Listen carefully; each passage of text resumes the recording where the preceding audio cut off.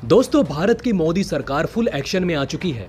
एक तरफ जहां अफगानिस्तान में भारतीय सेना की मदद से सिर्फ 12 घंटों के अंदर ही अफगान सेना ने अपने झंडे तालिबान को उखाड़ कर लहराने शुरू कर दिए, तो वहीं दूसरी तरफ भारत ने अपनी सीमाओं की सुरक्षा के लिए चीन की अकल ठिकाने लगाने का पूरी तैयारी कर ली है। अब दोस्तों, क्या है भारत की प्लानिंग, बताएंगे आपको सब कुछ। इसलिए दोस्तों, इस वीडियो में अंत तक जरूर बने रहें। और दोस्तों, अगर आप भी चाहते हैं कि चीन को भारत मुंह तोड़ जवाब दे, तो कमेंट बॉक्स में वंदे मातरम जरूर लिखिएगा। दोस्तों, सिर्फ 8 घंटे, जी हां दोस्तों, आपने बिल्कुल ठीक सुना। पिछले 8 घंटे में अफगान सेना ने वो कर दिखाया जो ना कभी अमेरिका कर पाया और ना ही कभी फोर्स कर पाई थी। और दोस्तों, इन 8 घंटों के बाद ना सिर्फ तालिबान बल्कि तालिबान के जो खैर खवा हैं जैसे कि पाकिस्तान और चीन, वो भी थर थर कांपने लगे हैं, क्योंकि युद्ध का पासा पलट चुका है। और दोस्तों, अफगान सेना ने अपना काम कर दिया है। अब अमेरिका और भारत को अफगान सेना की थोड़ी सी मदद तो करनी ही पड़ेगी, क्योंकि यहां से ये दोनों देश पीछे मुड़ नहीं सकते। खास करके बात की जाए तो भारत की, क्योंकि अब पाकिस्तान को भी लगने लगा है कि तालिबान युद्ध हार सकता है। और अगर ऐसा होता है, अफगान सेना जीत जाती है, तो पाकिस्तान को भारत दो तरफ से ऐसी घेराबंदी करेगा कि पाकिस्तान पिसकर रह जाएगा। ऐसे में वो अफगान सेना के खिलाफ तालिबान की मदद के लिए अपनी सेना भी उतार सकता है। ऐसे में खास करके भारत को यहाँ पर मदद करनी होगी अफगानिस्तान की, और इसके लिए भारत को अपनी सेना उतारने की जरूरत नहीं है। अफगानिस्तान में ना ही एयर स्ट्राइक करने की जरूरत है, बस एक सिंपल सा काम करना है, और वो ये कि पाकिस्तान को धमकी देनी है कि अगर आपका एक भी सैनिक हमें दिख गया अफगानिस्तान में, तो हमारी सेना भी पाकिस्तान में घुस जाएगी। इस तरीके की कुछ धमकियां देनी होंगी, या फिर पाकिस्तान को जो भारत के साथ सीमा है वहां पर सेना की ज्यादा तैनाती करके पाकिस्तान को प्रेशर में लाना होगा। ये छोटा सा काम भारत को करना ही होगा, और अमेरिका यहां ज्यादा से ज्यादा ये कर सकता है कि पाकिस्तान को कह देगा कि अगर आपने सेना भेजी तो हम प्रतिबंध लगा देंगे। लेकिन दोस्तों, इसका पाकिस्तान पर कोई खास फर्क नहीं पड़ेगा, क्योंकि नंगा नहाएगा क्या और निचोड़ेगा क्या। क्योंकि दोस्तों, पाकिस्तान तो यहां पहले से ही तबाह हो चुका है, तो अमेरिका के सैंक्शन उसका कर क्या लेंगे। ऐसे में भारत यहां पर ज्यादा इफेक्टिव हो सकता है। और दोस्तों, अगर बात करें कि अफगान सेना ने कारनामा क्या किया है, तो दोस्तों आपको बता दें कि पिछले 24 घंटे के अंदर अफगान सेना ने तालिबान के तकरीबन 700 लड़ाके मार गिराए हैं। जी हां दोस्तों, सिर्फ पिछले 12 घंटे की बात की जाए तो कम से कम 350 से 400 तालिबानी लड़ाकू मार गिराए गए हैं। और सबसे खास बात यह कि यहां से तालिबान का जहां बहुत स्ट्रॉन्ग होल्ड था, वहां पर अफगानिस्तान की सेना ने, अफगानिस्तान के जो कमांडो फोर्स हैं, उन्होंने घर में घुसकर तालिबान के जो अहम लड़ाके थे उन्हें मार गिराया। और ऐसा नहीं है कि अफगानिस्तान ने हवा में दावा कर दिया है। जिस तरीके से इजराइल खुलेआम अपने दुश्मनों को मारकर दुनिया को दिखाता है, अफगानिस्तान ने भी कुछ ऐसा ही किया है।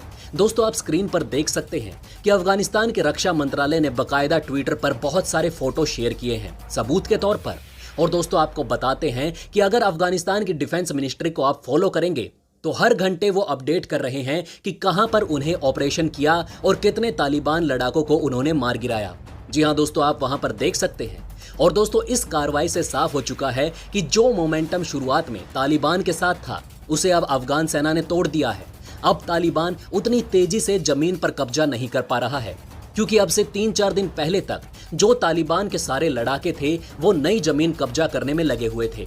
ऐसे में अफगान सेना ने तालिबान के जो स्ट्रॉन्ग होल्ड वाले इलाके थे वहां पर जाकर हमला किया और उनके सारे लड़ाकों को मार गिराया।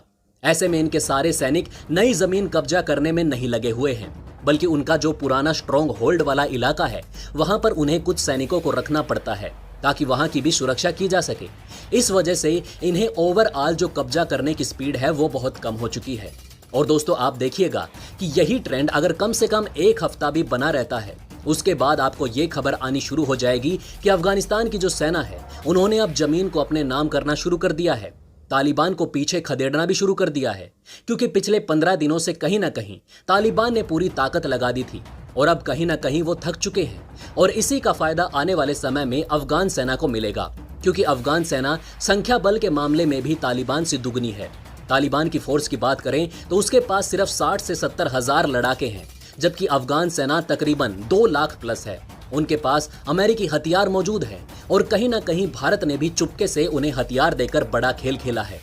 तो दोस्तों, इन हमलों में कहीं ना कहीं भारत का भी इनडायरेक्ट रोल जरूर है, क्योंकि अफगानिस्तान के जो टॉप सोल्जर हैं, जो कमांडर हैं, ये कहीं ना कहीं भारत के एनडीए से ही पास आउट हैं और भारत से ही ट्रेनिंग लेकर गए हुए हैं। और दोस्तों अगर यहाँ पर ट्रेनिंग दिए हुए लड़ाकों की बात करें तो उन्होंने किस तरीके से 91,000 फौजियों को घुटनों पर ला दिया, किस तरीके से अभी कुछ महीने पहले ही चीन के वेल प्रिपेयर्ड सैनिकों को भारत के निहत्थे सैनिकों ने धराशायी कर दिया था, तो आप समझ सकते हैं कि अफगानिस्तान में तालिबान का क्या होने जा रहा है। बस भारत को यहाँ पर पाकिस्तान को संभालना है, उसे किसी तरीके से संभाल कर रखना है और इसे अफगानिस्तान में नहीं घुसने देना है। और दोस्तों भारत कम से कम इतना काम तो कर ही सकता है। खैर इस पर आपकी क्या राय है हमें कमेंट करके जरूर बताइएगा। दोस्तों चीन ने अपने नापाक मंसूबों को एक बार फिर से हवा दे दी है। जी हां दोस्तों, चीन ने भारतीय नाविकों पर एक बड़ा हमला किया है, जिसके जवाब में भारत ने अचानक से 250 मिसाइलें एक साथ भेज दी हैं। जी हां दोस्तों, चीन पाकिस्तान की सोच से बड़ा खेल भारत खेल चुका है। अब दोस्तों क्यों चीन ने भारतीय नाविकों पर बरसाया है कहर, बताएंगे आपको सब कुछ, इसलिए दोस्तों इस वीडियो में अंत तक जरूर बने रहें। और दोस्तों अगर आप भी चाहते हैं कि चीन और पाकिस्तान दोनों पर भारत मिसाइलों से ताबड़तोड़ हमला करके दोनों को उनकी नानी याद दिला दे, तो कमेंट बॉक्स में वंदे मातरम जरूर लिखिएगा। दोस्तों लद्दाख की ओर से अब तक की सबसे बड़ी खबर सुनने को मिली है। जी हां दोस्तों, चीनी राष्ट्रपति के तिब्बत दौरे के बाद एलएसी से आने वाली सबसे बड़ी खबर इसे माना जा रहा है। आपको बता दें कि एलएसी पर शांति बहाल करने के जो 12वीं दौर की बातचीत होने बाकी है, उसे पूरी करने की बजाय चीन के राष्ट्रपति ने तिब्बत जाकर अपनी सैन्य क्षमताओं का जायजा लिया। शी जिनपिंग ने न सिर्फ वहां के जनरल से मुलाकात की, बल्कि उन्हें युद्ध की तैयारी और भी तेज करने को कहा। चीन की इसी हरकत ने भारत को काफी हद तक चौंका दिया है, क्योंकि भारत कब से चीन को 12वीं दौर की बातचीत करने के लिए कह रहा है, जबकि चीन वहां पर जंग की तैयारी कर रहा है। चीन की इन्हीं तैयारी को देखकर अब भारत की ओर से भी निर्णायक फैसला लिया गया।